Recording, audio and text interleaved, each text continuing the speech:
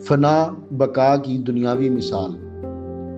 تصوف کی دنیا میں فنا بقا کی اصطلاح بہت استعمال ہوتی ہے۔ صوفیہ اس کی تشریح یہ کرتے ہیں کہ انسان کی بشری صفات رب اور بندے کے درمیان حائل ہیں، جس کی وجہ سے بندہ خدا کے قرب سے محروم رہتا ہے۔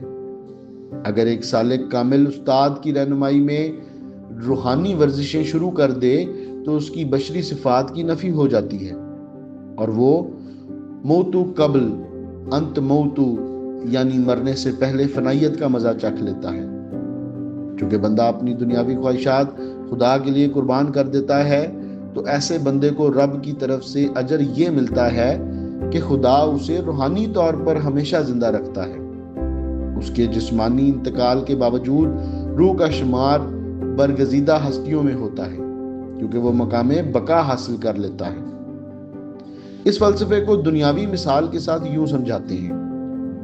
ایک کھرب پتی صاحب ایلن مسک صدر ٹرمپ کے فین تھے۔ انہوں نے اپنی ساری دولت ٹرمپ کو خوش کرنے کے لیے ان کی الیکشن کیمپین پہ لگا دی، حتیٰ کہ ان کے پاس $1 بھی نہ بچا۔ دنیاوی اصطلاح میں وہ ختم ہو گئے، فنا ہو گئے۔ مگر کچھ دنوں بعد ٹرمپ نے اقتدار میں آتے ہی انہیں بہت سی رقم دے دی اور مزید رقم کمانے کے مواقع بھی فراہم کر دیے، اور وہ پہلے سے زیادہ امیر ہو گئے۔ یہ بقا ہے۔ فرق صرف اتنا ہے کہ ٹرمپ کو فائنانسرز کی ضرورت تھی، خدا کسی کا محتاج نہیں۔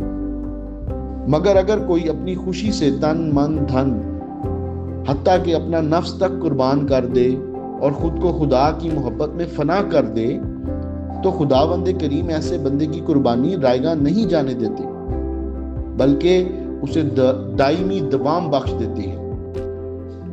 اس کا نام اور نشان ابد تک زندہ رہتا ہے۔ مخلوق کو اس کی روح سے فیض ملتا رہتا ہے۔ یہ بقا ہے۔